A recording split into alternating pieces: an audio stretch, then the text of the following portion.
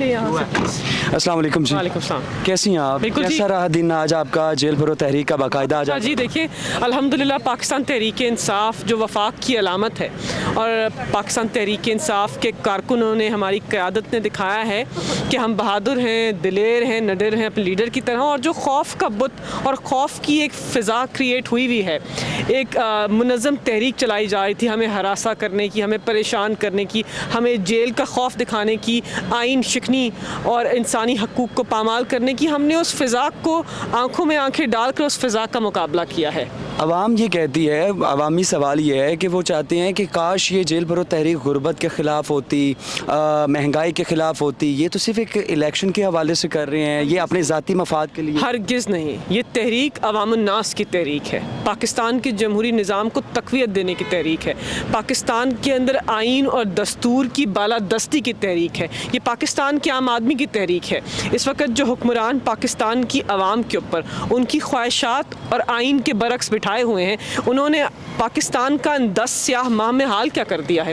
مہنگائی جو ہے وہ آسمان کو چھو رہی ہے، غریب آدمی 2 وقت کی روٹی نہیں کھا سکتا، لوگ اپنے بچوں کو اسکول نہیں بھیج سکتے، آپ نے لوگوں کو بے روزگار کر دیا، آپ نے سارے لنگر خانے بند کر دیے، آپ نے صحت کارڈ ختم کر دیا، آپ نے لوگوں سے ان کے بنیادی انسانی حقوق چھین لیے. تو آج بھی سابق وزیر اعظم پاکستان کی عوام کے محسن نے جیل بھرو تحریک سے پہلے کیا بات کی کہ آپ نے آج عوام کو ایک نئی خوشخبری دی، امپورٹڈ وزیر اعظم نے، کہ کیونکہ دراصل ہم نے IMF سے ڈیل کر لی ہے، اس ڈیل کے تسلسل کو ہم نے آگے بڑھانا ہے تو پاکستان کی عوام کے اوپر اور مشکلات ڈالنی ہیں. مخالفین تو یہی گلا کرتے ہیں کہ IMF کے ساتھ جو معاہدے ہوئے تھے وہ PTI کی گورنمنٹ نے کیے تھے.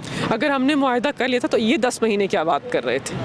یہ نااہل ہیں. وہ تو کہہ رہے تھے ہم تو نبھا رہے ہیں نا وہ وعدہ کیا جو PTI نے. نہیں، انہوں نے نیگوشیٹ کیا ہے، انہوں نے التوا کیا، کیونکہ جب یہ اقتدار میں آئے تو ان کے اقتدار کا محور ایک تھا، وہ تھا احتساب کے قانون کو مکمل طور پر ختم کرنا، احتساب کو بند کرنا، احتساب کے ادارے کو تالا لگانا. پہلے انہوں نے وہ عمل مکمل کیا، پھر عوام کی ترجیحات کے اوپر آنے کی کوشش کر رہے ہیں.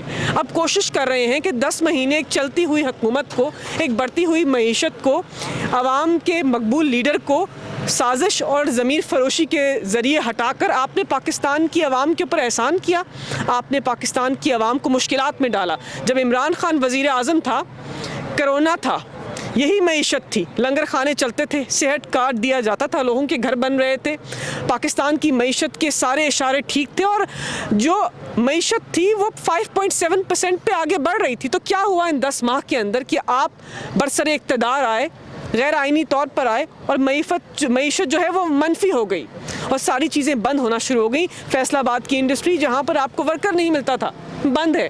غریب آدمی سے پوچھے کس طرح گزارا کر رہا ہے. تو یہ ساری تحریک کا جز جو ہے یہ آئین کے اندر رہ کر پاکستان کی عوام کے حقوق کی پاسداری ہے. مخالفین کہتے ہیں کہ پاکستان تحریک انصاف کی جانب سے کوئی بھی جو ہے جتنی بھی تحریک جو چلائی جاتی ہیں کامیاب نہیں ہوتی. کیا آپ کے مطابق جیل بھرو تحریک کامیاب ہو جائے گی؟ کون سی تحریک کامیاب نہیں ہوئی؟ مخالفین کہتے ہیں. مخالفین دیکھیں، مخالفین کے پاس تو کوئی پلان نہیں ہے نا، ان کے پاس کوئی حکمت عملی نہیں ہے. ہمارے پاس حکمت عملی ہے، ہمارے پاس عوام کی طاقت ہے.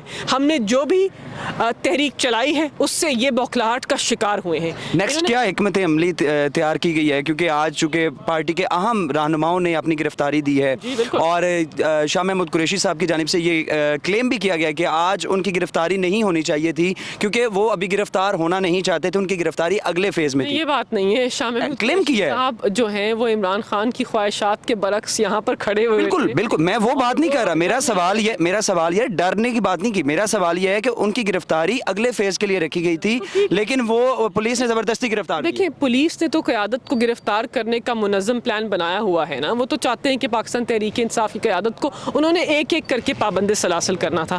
ہم نے یہاں پر اپنے آپ کو از خود پیش کر دیا تو انہوں نے گرفتار کر لیا. اب وہ ہمارے اوپر کیا دفعہ لگائیں گے کہ پاکستان کی عوام کے حقوق کے لیے لڑنے آئے ہو، دراصل اس لیے تمہیں جیل جانا چاہیے.